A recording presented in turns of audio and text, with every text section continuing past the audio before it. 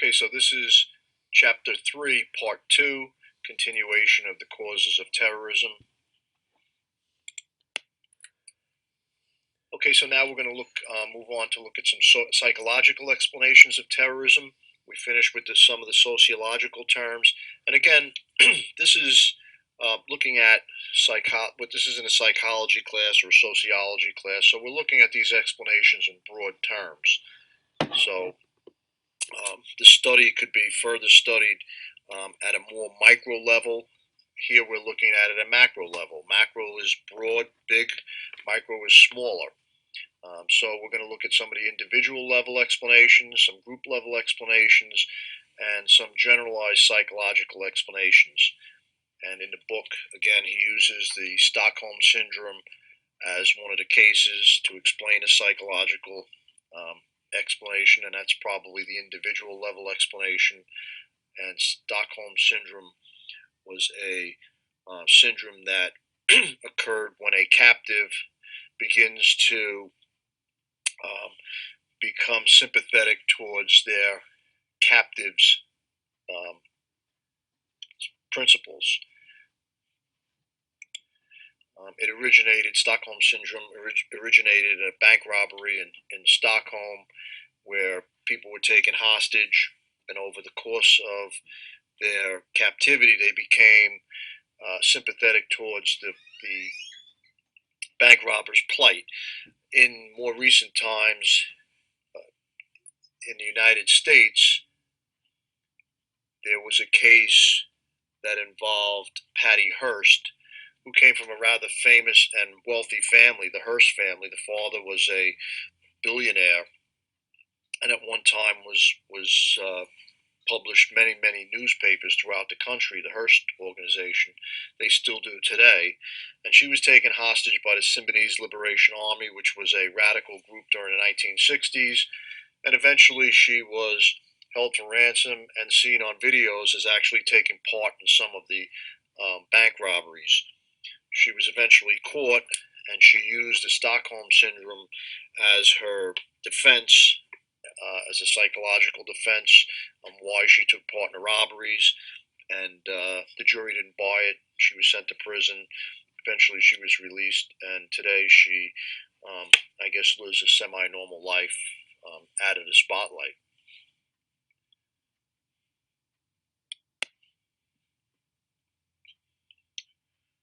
Okay, so psychological explanations of terrorism, rationality, and terrorist violence. So a knee-jerk reaction may presume that terrorists are mentally ill or insane, but there's been a lot of studies of terrorists, and the studies find, and it's not anecdotal, it's empirical. The empirical studies find that generally speaking, they are not insane. They have actually made a rational choice to engage in the activity that they have been um, caught or that they've been suspected of. So at the individual level, individuals lash out violently to express their antisocial feelings, um, and if their lives fall short of their own expectations, they can blame others for those unmet expectations. It says that Martin argues that research shows that there's no significant difference in psychosocial factors between violent activists and their nonviolent counterparts. So he there's a caveat there. It's a little different. He's saying that the research shows there's no difference in the factors, the psychosocial factors, not the people. It's actually in the factors between them. So, in other words, the way somebody is grown up psychosocially or biopsychosocially, their counterparts that didn't turn to violence as opposed to counterparts that did, um, research shows that there's no significant difference. Um, so, what leads a person individually to become a terrorist? Again, um, is up to other factors, and so um, I would argue that lately, in some of the lone wolf activity that we see around, particularly in this part of the country, some of the actors, I believe, tend to suffer from some sort of mental illness as they have perpetrated their deeds. But again, that from my perspective, it's just anecdotally. I'm reading about them in the papers and seeing who's been caught. Um, my gut feeling is that some of these folks suffer from some sort of mental illness.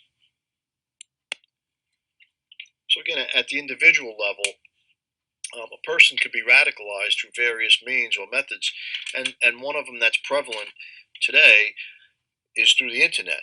So somebody that's radicalized through the internet at the individual level, they don't necessarily have to be insane or have a mental illness. That's just some of the recent cases that we've seen here. I believe tend to lead towards some sort of mental or psychological um, reason for them to engage in those activities. At the group level, choosing terrorism is different from, and so it's a different, completely different explanation to support somebody at the group level. So at the group level, um, we become disassociated or dissatisfied with society, and we develop rationalizations within our friendships and within our group that justify the use of violence and the use of violence as a means to gain our justify gaining our goals. So groups, and we know, um, are powerful, and people operating within groups have a powerful um, inclination on people, and a powerful. Um, it's much easier, or much easier to act and act out within a group. We know that when we operate within a group, that the dynamic when people think alike and like-minded people within a group, um, sometimes it can be dangerous, even outside of terrorist organizations. When somebody within organizations, when people tend to hire like-minded people. There's a syndrome called groupthink, when people ideas are not questioned. And sometimes when politicians and leaders in government, when they hire too many people that um, believe and have the same ideas as them, they suffer from groupthink, and they don't look at things um, critically. And it's important to think of things critically and not become a victim of groupthink. So some generalized psychological explanations are lean more towards groups, and where terrorists choose violence rationally by weighing the pros and cons, and they build strength and cohesion within a group. Again, it's easier to justify what I'm doing when somebody else feels the same way and is able to rationalize it alongside of you. Um, and they elevate people to elite status. That's important in the Middle East with suicide bombers. Um, when they would take person and they glorify them, you become a saint, and so your family is taken care of. So um, they elevate your status in society by becoming a member of the group, or actually committing suicide in order for the group to attain its goals. And as a group, when we, place emphasis on targets, symbolic targets, as a group, um, and we dehumanize our victims, it makes the acts more acceptable to a group. And when there's a group acting, rather than a lone terrorist, groups are more effective in their pursuit of their main goal than an individual.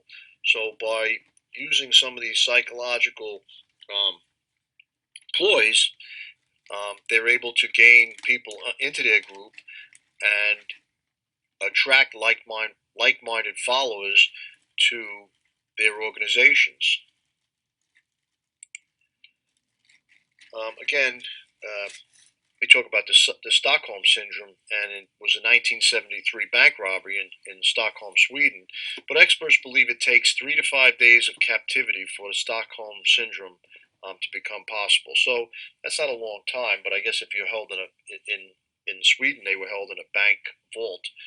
Uh, Person I previously spoke about, Patty Hearst, she was held captive for several months before she reappeared as a possible um, somebody that was complicit in the organization that took part in their bank robberies.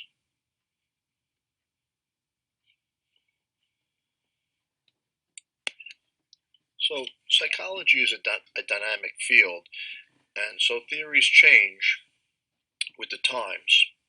And so psychological theories of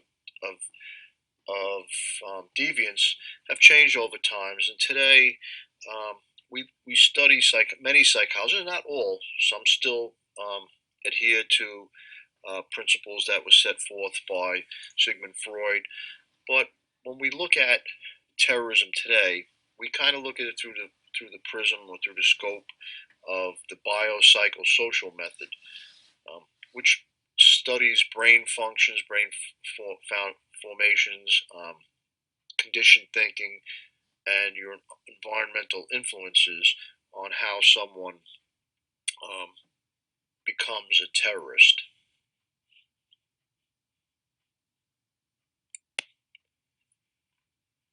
Okay, so this slide is about perception. Um, when we look at this, it could be a vase or a chalice or whatever you see when you look at it. And some folks, that's what they see initially. But when we look at it, our perception can change, and we can see two faces as we look at it, and so on and so forth. So perception is based on our biopsychosocial interactions with people. So our biopsychosocial interactions are based on the bio part, which is our brain formations, which is our genetic makeup. It's our genetics. It's what we inherit from our families. The psycho part is our conditioned thinking, and it's our personality, our moods, and our environmental influences are our social part of the interactions, which are our upbringing, our culture, and our social environment. And so all of these things lead to our perception and how we perceive the world around us. So today in psychology, a lot of folks don't just believe in one part of that equation. There's a movement to include all three, and that's how our personality, and that's how we develop as human beings, biopsychosocially.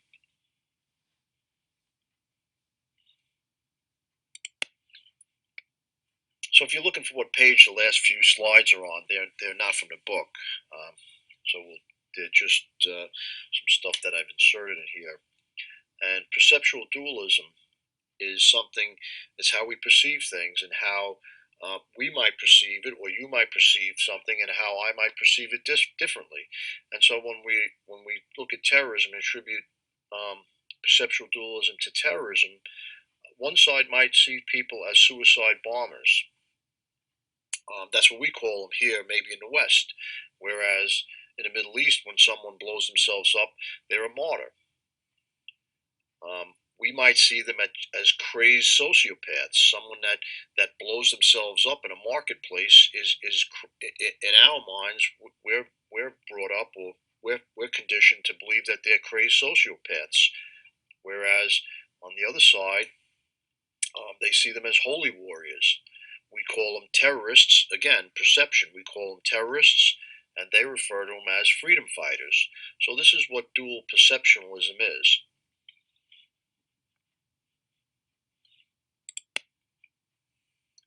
So along with our dual perceptionism goes social cognition, how socially we think about things as a group, how we view things like suicide. So when we look at suicide, we look at it that a person has feelings of hopelessness and depression, that it's going to end in intense pain and unbearable pain. Um, Most would consider suicide as being undesirable. Others attempt to discourage behavior, and feel guilt and shame if it occurs. I mean, suicide today we talk about it more openly and freely, but sometimes, and even today when we look at people's obituaries, sometimes if someone um, takes their own life, oftentimes it's not listed in the obituary. And again, sometimes it's for social reasons. Other times it could be for, I hate to say it because sometimes the insurance companies don't pay up on suicide. But martyrdom, when we changed the narrative and we changed the vernacular and changed the word to being a martyr, as opposed to committing suicide, martyrdom is a whole different connotation to it. It's a feeling of hopefulness about the afterlife. The afterlife plays a major part when someone decides to become a martyr. It's a furthering the cause. It's a heroic sacrifice. Um, it's considered by others to be heroic, not only the person doing it. Um, and others encourage the behavior for family pride. And oftentimes in the Middle East, when someone decides or becomes a martyr, their family is taken care of by the group.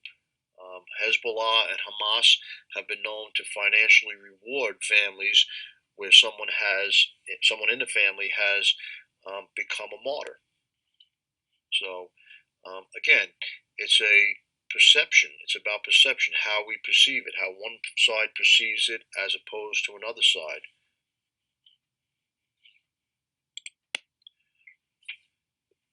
Okay, so now we're going to look at some of the criminological explanations of terrorism. And so we're picking it up. It's around page 54 in the text.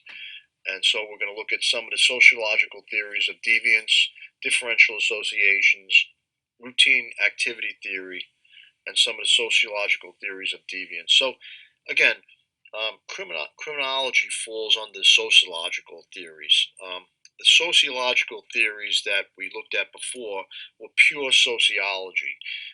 Now, under that category of sociology falls a subgroup of criminological theories. Sorry about that.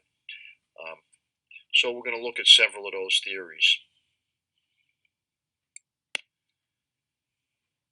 Okay, so we're going to look at some of the sociological theories of deviance, and we spoke about Durkheim earlier, but he also published The Division of Labor and Society in 1893, which was another important work by Durkheim. And he recognized that there, in small societies and even in large ones, um, there are strong bonds that hold people to society. And so um, people conform to everyday tasks. In other words, that the social norms, that most people conform to the social norms of society. And he had this theory that when anomie was a condition of normlessness, when society doesn't function like that. So maybe as we look back to the 1960s, the civil rights movement and the anti-war protests against the Vietnam War created a condition in society that where people acted outside of the norm. Certainly, people did things that they'd never done before, like protesting and fighting for their own civil rights. So that was a condition that he called anomie, and it's when people act out against the normal norms that and mores that are conditioned in us in our society. And so, in the previous slide, when we talked about Durkheim and anomie and whatnot, people will do things that are outside of the norm, and so they not necessarily are criminal, and it's not necessarily a criminal theory, but people um, did things, civil disobedience, which eventually they would be arrested for, um, could was something that society was not used to. People revolting against the norms of our society. Criminal explanations of terrorism and of crime go beyond anomie and people uh, fighting for their rights through civil disobedience. The criminal theories are more or less developed to explain crime. And so one of the theories is the social learning theory. So when we look at a learning theory, and sometimes in some of these theories, we can insert the word terrorism in rather than crime to explain, and sometimes it fits in neatly and it is able to make a neat explanation, and sometimes it doesn't. The same thing in crime theories in general. Sometimes the crime theory explains certain kinds of crimes and not other types of crimes. So crime is a product of learning the norms, values, and behaviors associated with criminal activity. People learn criminal activities and behaviors while in their adolescence from close and trusted friends and or relatives. So it's a learning theory. And so if we were to take the um, word crime out and substitute terror, in some places and in some societies where people are associating with people that feel and like-minded people, they might develop those norms, values, and behaviors associated with terrorism. Again, we're calling it terrorism. In those places, they might be calling themselves freedom fighters. So one of the earliest and most influential social learning theories is called differential association, and it was um, written and proposed by Edward Sutherland in the 1950s. Well, the theory came about in the 1940s or so, and he departed from previous theories because he got away from the pathological perspective and the biological perspective. I'm not going to get into crime theories, but prior to Sutherland, most theories blamed crime that there was a psychological or a biological defect in the person, and that's what caused them to enter into a life of crime. Um, but Sutherland got away from those theories, and he said that there was a social context to why people commit crimes. That it didn't always necessarily have to do um, with their psychological upbringing or their biological uh, metabolism. So um, he came forward with a theory um, that said that um, crime and criminals became criminals because of an association with crime, and that was a much different theory than had been proposed prior. So Sutherland's theory was different because Sutherland believed that criminal behavior is learned, and that the learning is a byproduct of interaction, and that the learning occurs within intimate groups, and that criminal techniques are learned, and the perceptions of the legal code influence motives and drives.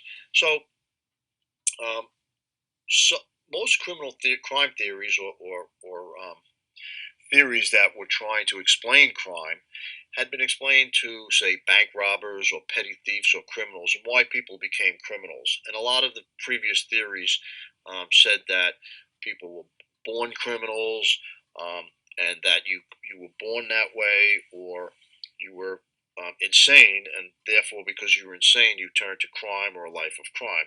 Well, Sutherland looked at white collar criminals and said, try to explain they're criminals and they're committing a crime.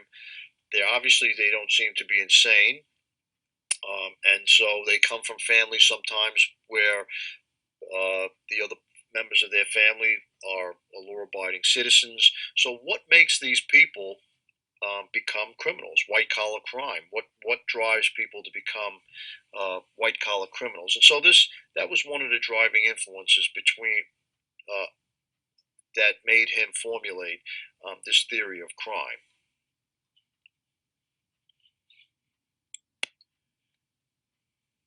So differential association theory says that criminal behavior is learned in a process of symbolic interaction with others, mainly in primary or intimate groups. So this was how Sutherland explained his theory. And so to explain a white collar criminal, um, or white collar crime, he believed that it was a function of several people that many of the crimes were committed, that they weren't just committed individually. But Southern believed his theory could explain crime at the individual or the group level. So um, when we look at terrorists and we look at terrorism today, at first his theory, when they tried to attribute it to terrorists, it fit well previously with most terrorist groups because people are socialized into a group, say in Hamas or Hezbollah or the Ku Klux Klan even or any terrorist group, people are socialized into that group. So they kind of individually, the theory was kind of not used or frowned upon to use when we were explaining the individual. But um, as we've moved forward in time and uh, the internet has become such a valuable resource ras- for rationalizing terrorists, you could use Sutherland's theory if you accept that a person can sit in front of a computer and become radicalized. Do you accept that could happen? If you don't believe that that could happen, then maybe you wouldn't be able to use Sutherland's theory. But if you believe that a person could be radicalized, which personally I do believe that a person could sit in front of a computer screen and become radicalized, then you could use Sutherland's theory to explain that portion of terrorism, why a person would become a terrorist.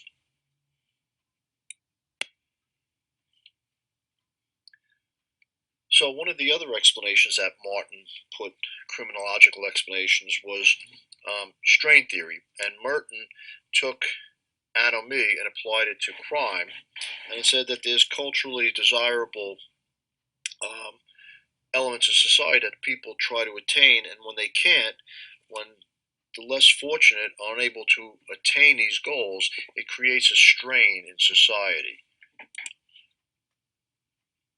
So Merton said that there were two cultural elements interact to produce animatic conditions, culturally defined goals, and a socially approved means of obtaining them. So culturally defined goals might be um, wealth and a good paying job, and a socially approved means of obtaining them might be to obtain wealth through a good job or through um, hard work. And so these are socially approved um, and culturally defined goals that Merton talked about. And when people can't attain these goals, there's a strain develops in society, and people adapt.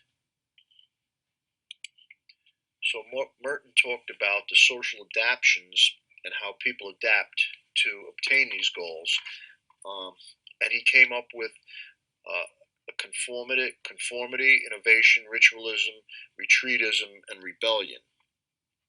Um, and so, obviously, conformity are people that are able to conform and achieve these goals through legitimate means and through socially accepted means of attaining them. Um, Innovators accept that it's culturally validated to be wealthy and rich. So innovators accept that it's part of the part of their goal in life is to be wealthy. Except that innovators don't choose a culturally acceptable means to attain them. So in other words, they become con artists or embezzlers, and they steal to obtain their wealth. Ritualists are those people that de-emphasize the importance of success once they've realized that they may never achieve it, and so they might be the person who stays in a job because it pays and it's my job, and they hate their job and they have no love for it, but so their job and their life becomes a ritual. We know people like this that they go about their day to day life. They're unhappy about um, their career or their career path, but they stay in it because it pays and it's acceptable. It's socially acceptable for them to work, and that's how they they live their life. Retreatists are the people that pull back from society and refuse to pursue socially or culturally legitimate goals, and that might be somebody that's a high school dropout. They become they drop out, maybe possibly become a drug addict, or refuse to attempt to pursue the goals that are socially acceptable. And then finally, there's the rebels, people that are in rebellion, that they reject um, the goals or what is socially acceptable.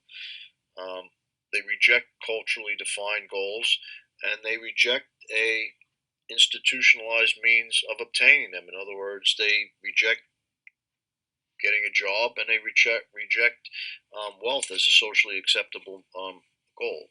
So these people become rebels, and their goal is to tear down a social order and possibly build a new one, or change the social order to something that they feel is more fair.